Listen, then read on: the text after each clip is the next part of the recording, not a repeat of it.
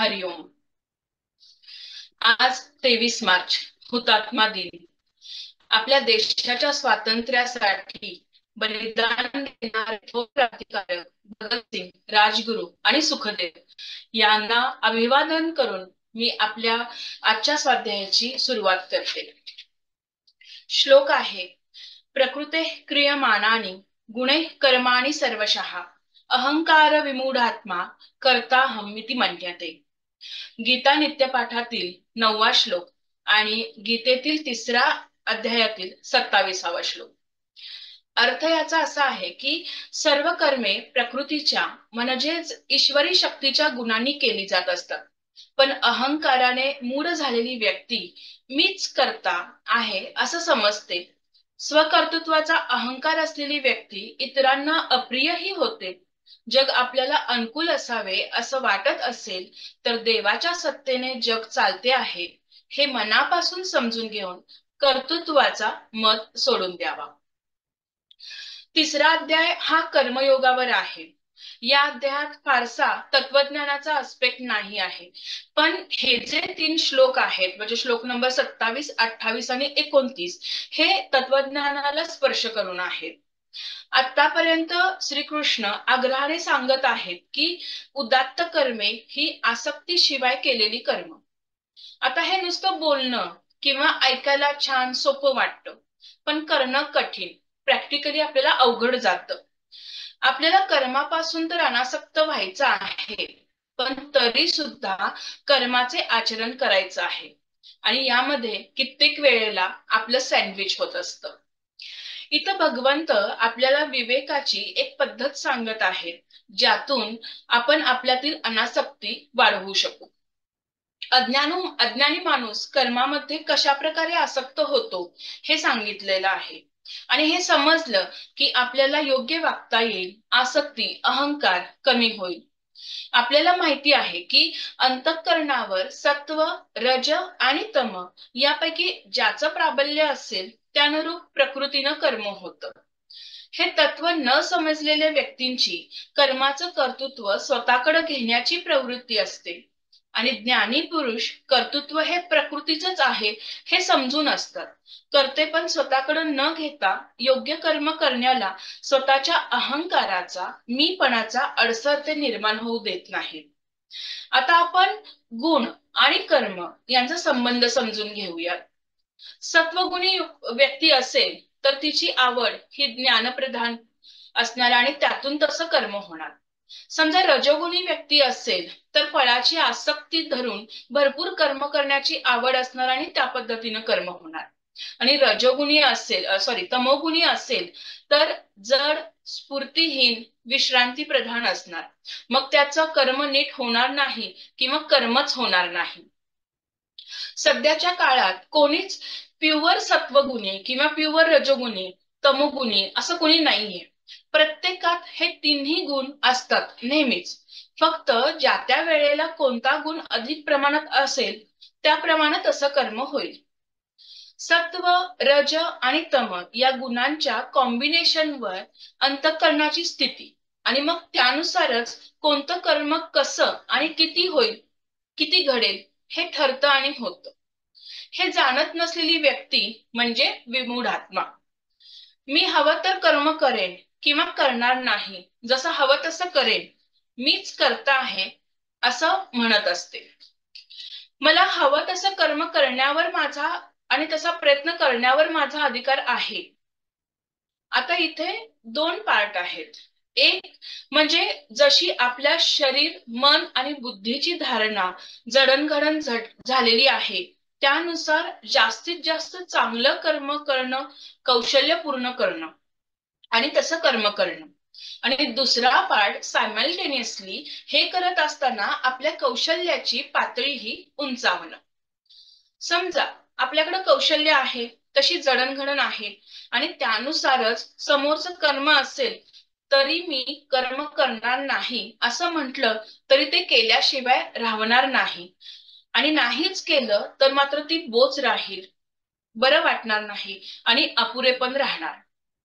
One who attempts may fail, but those who do not attempt fail forever. आता आपण ह्या फिलॉसॉफीचं रोजचं उदाहरण बघूया. समजा घरातली स्त्री म्हणजे उदाहरणार्थ बायको जी रागावलेली आहे, तिने सांगितलं की मी आज काहीही करणार नाही, तर मग एक वेळचं जेवण बाहेरून येईल. थोडं नवऱ्याला पण माहित असतं की थोड्या वेळानं जेवण करेल. ती दुसरं काही काम करत असली तरी तिचा किचन कट्टा तिला हा खुणावत असतोच. आणि मग पुढच्या वेळेस मात्र तिला राहवत नाही आणि ओट्याशी ती कधी जाऊन काम सुरू करते हे तिचं तिलाच कळत नाही. मोस्टली हे सुगरणींच्या बाबतीत होतं. फक्त स्वयंपाक येणाऱ्या किंवा करणाऱ्या स्त्रियांना असं वाटणं थोडं अवघड आहे, कारण स्वयंपाकाच्या बाबतीतला असलेला रजोगुण. म्हणजे ज्या त्या क्षेत्रातील कर्मशील व्यक्तींना सर्वांना त्यांची प्रकृती कर्माची सतत जाणीव करून देत असते. आणि जरी त्यांनी ते कर्म करायचं नाही, काम करायचं नाही असं ठरवलं तरी बळानं करून घेतलं जातं ते त्यांच्या प्रकृतीकडून. बऱ्याच वेळा हे आम्ही डॉक्टरांना अनुभवायला मिळतं की एखाद्या दिवशी जर क्लिनिकला जायचंच नाही, हॉस्पिटलला सुट्टी घ्यायची असं अगदी ठरवलं, डिक्लेअर केलं आणि जर इमर्जन्सी आलीच तर नाही म्हणवलं जात नाही. कदाचित प्रत्येक वेळेच्या पेक्षा जास्त अधिक वेगानं तिथं पोहोचलं जातं आणि ते काम केलं जातं. आपल्या सगळ्यांना स्वामी विवेकानंदांच्या जीवनातील प्रसंग माहिती आहेच की रामकृष्णांना ते अगदी एकदा म्हणाले होते की लोकांना उपदेश देणं, आध्यात्मिक कार्य करीत जगभर फिरणं हे मी काही करणार नाही. आणि त्यावर रामकृष्ण म्हणाले होते की तू काय करणार नाहीस, तुझी हाडं करतील. जगन्माता तुझ्या मानगुटीवर बसून तिला हवं ते कर्म ते करून घे, कार्य करून घे. आता ह्या श्लोकातलं हे जे विधान आहे ते अर्जुनाला का बरं सांगितलं असेल कृष्णानं? कारण अर्जुनानं युद्धनिवृत्ती सांगितली, पण त्याच्या युद्धनिवृत्तीचे ना मित्र ना शत्रू कौतुक करणार, नाही नाही ते बोलतील आणि त्यातून मरणप्राय दुःख होईल हे कृष्णानं आधीच सांगितलंय. आता ते सुचवत आहेत की तुझी अंतःकरण प्रकृतीस तुझ्याकडून युद्ध कर्म करून घेईल. अहंकाराने मी करणार नाही असं म्हणून काही उपयोग नाहीये. आता आपल्याला असा प्रश्न पडेल की सगळेच जर प्रकृतीच्या नुसार होत असेल तर आपल्याला आपली स्वतंत्र इच्छा किंवा फ्री विलचा ऑप्शन नाही का? यावर रामकृष्णांनी एक सुंदर दृष्टांत दिला आहे की समजा एका मैदानामध्ये एक खुंटा रोवला आहे आणि त्याला दोर बांधला आहे. तर दोराच्या एका टोकाला गाय आहे आणि दुसरा टोक त्या खुंटाला बांधलेला आहे. तर दोराच्या लांबीच्या सर्कम्फरन्स मध्येच ती गाय हवं तिथं फिरू शकते, जाऊ शकते, पण त्या पलीकडे जाण्यावर तिची सत्ताही नाही. त्यात दोरा एवढीच फ्री विल, तेवढीच आपली फ्री विल.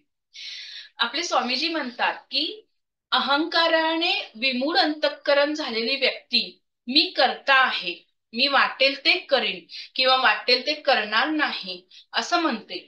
पण जे वाटतं तेच मुळी प्रकृतीमुळं हे समजून घेऊन देवा तू जी शक्ती बुद्धी दिली आहेस त्याद्वारा सुयोग्य प्राप्त कर्तव्य कर्म करीत राहीन.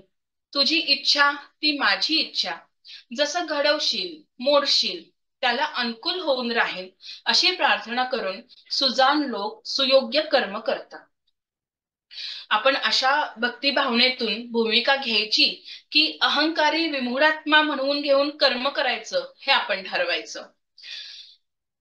एक वाक्य आहे खूप प्रसिद्ध आहे की some day and any day are not days of the week. त्यानुसार म्हणजे सकाळी समजा लवकर उठून आपल्याला ध्यान करायचं आहे, प्रभाते म्हणी राम चिंतित जावा ही ओवी अवलंबायची आहे, तर आदल्या दिवशी आपल्याला लाईटच खावं लागेल, लवकरच झोपावं लागेल. जर आपण आदल्या दिवशी हेवी खाल्लं तर पहाटे आपला तमोगुण जास्त होणार आणि मग वाटणार की आजचा दिवस आपण झोपू, उद्या करू, उद्या ठरवू. पण उद्या हा कधीच येत नसतो. ज्या त्या वेळी कोणता गुण जास्त तसं आपलं कर्म होत असतं हे नेहमी लक्षात ठेवलं पाहिजे. आणि जर स्वतःची उन्नती करायची असेल तर कर्म उत्कृष्टच केलं पाहिजे आणि त्यासाठी उद्देश, कर्ता, कर्माची साधनं म्हणजे मग ते शरीर, मन, बुद्धी आणि व्यवहारातील गोष्टी करण्यासाठीची जी साधनं आहेत या दोन्ही आस्पेक्ट्सनी आणि कृती हे योग्य असलं पाहिजे. कारण आपल्याला फ्रुटफुल एंड रिझल्ट हवा असतो. आता फळाची अपेक्षाही नाही करायची आणि फ्रुटफुल एंड पण हवा, रिझल्ट पण हवा, असं कसं? तर गीतेमध्ये किंवा कृष्णानं कधीच अव्यवहारीपणा दाखवलेला नाहीये, केलाही नाहीये आणि सांगितलेला तर अजिबातच नाहीये. आपण रोज काम करतो, तर त्याचं मंथली पेमेंट घ्यायच्या दिवशी जर आपण म्हटलं की बाबा मी फळाची अपेक्षा करत नाही आणि मला पेमेंट नको, तर हा शुद्ध वेडेपणा आहे. हे कृष्णानं कधीच सांगितलेलं नाहीये. आणि तेच योगाच्या उपासनेच्या दृष्टीनं जर बघितलं तर की योगाच्या उपासनेच्या दृष्टीनं फळाची अपेक्षा नाही करायची म्हणजे काय? तर ईश्वराकडून काही प्राप्ती करून घेणं हे फळ नाहीये. तर ईश्वर प्राप्ती हेच फळ आहे, हे कृष्णाला सांगायचंय, भगवंतांना सांगायचं आहे. कर्माबद्दलच्या धारणा गीतेमध्ये अगदी क्लिअर सांगितलेल्या आहेत. सर्व कर्मांमध्ये योगस्थ राहूनच कर्म करायचं आहे. आता हे मी केलं यामुळे अहंकार विमूढात्मा समजू शकतो, म्हणजे मी ह्यामुळं ते समजू शकतो. पण मी करणार नाही या भूमिकेला अहंकार विमूढात्मा कसं काय? तर जीवनामध्ये प्रत्येकाला काहीतरी करायचं असतं आणि केलं पाहिजे. जसं आहे तसं जगणं कुणीही करेल. संधी सगळ्यांसाठी उपलब्ध असतात. भलेही क्षमता सगळ्यांच्या सारख्या नसू देत, पण त्या क्षमतांचा योग्य वापर करणं, विकसित करणं, त्या नीट वापरणं हे जर नाही केलं तर तो मात्र गुन्हा ठरेल. स्वतःवर अन्याय करण्यासारखं होईल. ज्या काही मोठ्या व्यक्ती आपण बघतो त्याच्यातल्या मोस्ट ऑफ दी ज्या व्यक्ती आहेत त्या सामान्य कुटुंबात, सामान्य परिस्थितीमध्ये जन्मल्या आहेत, पण त्यांनी त्यांच्या स्वतःच्या विकसित केल्या आहेत क्षमता, त्यामुळे ते असामान्य झाले आहेत. जर आपल्यामधील क्षमता विकसित न करता आहे तसा रोजचा दिवस आपण ढकलत राहिलो किंवा क्षमताच विकसित केल्या नाही तरी आपण तसे कार्य नाही केले आणि या दोन्ही गोष्टींमध्ये मात्र आपण विमूढात्मा ठरू. सो व्यवहारिक जीवनामध्ये चांगलं उद्दिष्ट ठेवायचं आणि ते उद्दिष्ट अचीव करायचंच आहे. कारण किडामुंगीचं जीवन कुणीही जगतं, मनुष्याचा जन्म आहे, तर उन्नती ही साधलीच पाहिजे, पण त्याबरोबर आंतरिक उन्नतीची खरी अचिव्हमेंट ही झालीच पाहिजे. आणि ह्यासाठी मीपणा अर्थात अहंकारीपणा सोडला पाहिजे, तर आपली ऍज अ कर्ता म्हणून उत्तम क्वालिटी राहील. ह्या सगळ्या फिलॉसॉफीचा इसेन्स किंवा मॉरल ऑफ द स्टोरी काय? तर जगात वावरताना आपल्या वागण्या बोलण्या माग कर्तृत्वाच्या अहंकाराचा ताठा असू नये. एवढंच आचरणात आणलं तर नक्कीच मी सुरुवातीला जसं सांगितलं की आसक्ती आणि अनासक्ती मध्ये जे आपलं सँडविच होतं ते होणार नाही. व्यावहारिक आणि पारमार्थिक अचिव्हमेंट नक्कीच साधेल. झालेला स्वाध्याय स्वामींचरणी मी अर्पण करते. हरिओम.